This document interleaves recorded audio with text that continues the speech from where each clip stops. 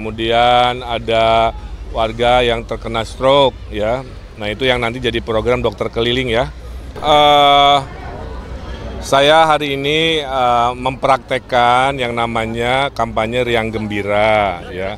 Jadi selain sapa warga dalam belusukannya, kita juga membuat tebus murah tapi nggak langsung jual beli, dibuat game dulu ya. Game ini membuat mereka bisa bergembira menjelang malam berkegiatan. Saya ditemani oleh sahabat kami, Bu Silviana Murni, yang juga tentunya tokoh di Jakarta yang luar biasa. Di sini insya Allah banyak program-program yang bisa dihadirkan. Tadi sambil jalan tuh selalu warga tuh curhat, ya sambil curi-curi salam, curi-curi selfie. Kalau dari kakek-kakek tadi merasa kartu lansianya dia nggak dapat, ya ada curhatan itu. Kemudian ada warga yang terkena stroke, ya.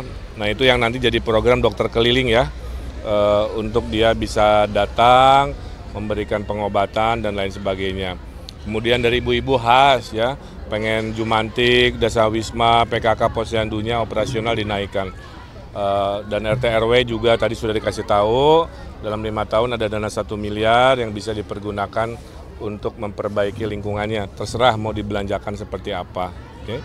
Nah kemudian juga hal ini menandakan bahwa saya khususnya terus setiap hari ya, sehari 2-3 kali belusukan di wilayah-wilayah. Semata-mata memang kampanye yang paling disukai adalah kampanye tatap muka, kampanye yang bertemu warga. Cuman kita ke tim relawan jangan hanya salaman, selfie, tapi bikin riang gembira. Makanya tebus murahnya itu saya catat tidak dibagikan ya, itu dibeli dengan harga murah tapi mendapatkan si sembakonya dengan permainan games yang riang gembira. Saya kira itu. Tempat kampanye favoritnya di Jakut dan di Jaktim. Apa seperti apa Pak RK? Oh kalau saya ngikutin dari jadwal tim ses saja ya. Kadang-kadang ada tempat yang kita ingin datangi tapi mungkin warganya mayoritas sibuk bekerja gitu. Ibu-ibunya kurang banyak. Tapi kalau di sini memang dari hasil kajiannya paling padat tuh kan utara sama barat ya Bu. Kurang lebih seperti itu. Jadi wajar kalau memang mayoritas banyak kegiatan di sini. Nah, ini kan soal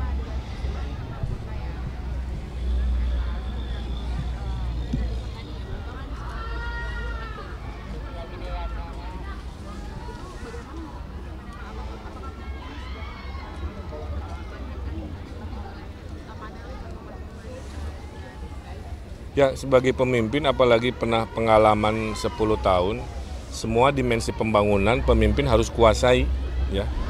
Jadi tata kota juga harus dikuasai. Ditambah memang keilmuan saya ada di situ. Jadi harusnya di debat terakhir kita bisa lebih meyakinkan warga Jakarta. Kuncinya beginilah. Ekonomi Jakarta itu semua dampak dari ekonomi tata ruang. Kalau tata ruangnya adil, peradaban kita juga adil. Kalau tata ruangnya kurang adil, kita menyaksikan ya ada ketimpangan yang kita saksikan dampak dari politik tata ruang. Jadi nanti ujungnya kan janji kita kan itu berkeadilan ya. Nah di dalamnya adalah keadilan tata ruang, ekonominya dan tata kotanya. Oh, soal durasi debat ini kan mau bertambah kan katanya. Ini tanggapannya gimana durasi debat bertambah? Kalau dianggap itu lebih membuat warga lebih yakin, saya senang-senang aja. Karena kadang-kadang ya di kepala banyak urusan, dikasih waktu cuma semenit ya. Jadi menjawab semenit itu kadang-kadang nggak cukup. Tapi kalau bisa lebih tentu lebih baik. Oke terakhir. Kakak izinkan kampanye akbar di mana mungkin? Ya masih dirapat oleh Pak Ariza, nanti Pak Ariza yang menyampaikan.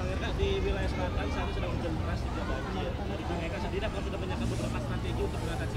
Ya, saya kan udah sampaikan teori banjir semua sama aja, tinggal eksekusi ya. Di selatan itu banyakin parkir air, kalau hujannya dari Bogor, bendungan kan udah dibangun ya oleh Pak Jokowi dan saya gubernur dulu.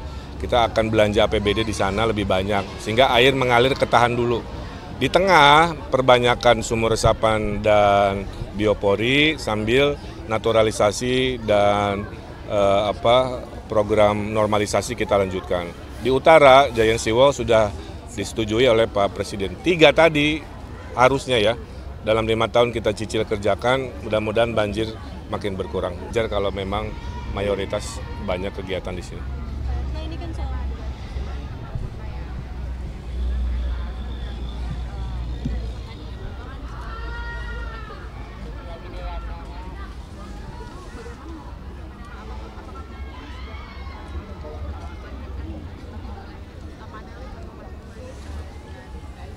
Ya, sebagai pemimpin apalagi pernah pengalaman 10 tahun, semua dimensi pembangunan pemimpin harus kuasai, ya. Jadi tata kota juga harus dikuasai. Ditambah memang keilmuan saya ada di situ. Jadi harusnya di debat terakhir kita bisa lebih meyakinkan warga Jakarta. Kuncinya beginilah. Ekonomi Jakarta itu semua dampak dari ekonomi tata ruang. Kalau tata ruangnya adil, peradaban kita juga adil. Kalau tata ruangnya kurang adil, kita menyaksikan ya ada ketimpangan yang kita saksikan dampak dari politik tata ruang. Jadi nanti ujungnya kan janji kita kan itu berkeadilan ya. Nah di dalamnya adalah keadilan tata ruang, ekonominya dan tata kotanya. kalau soal durasi debat ini kan mau bertambah kan katanya. Ini tanggapannya gimana durasi debat bertambah?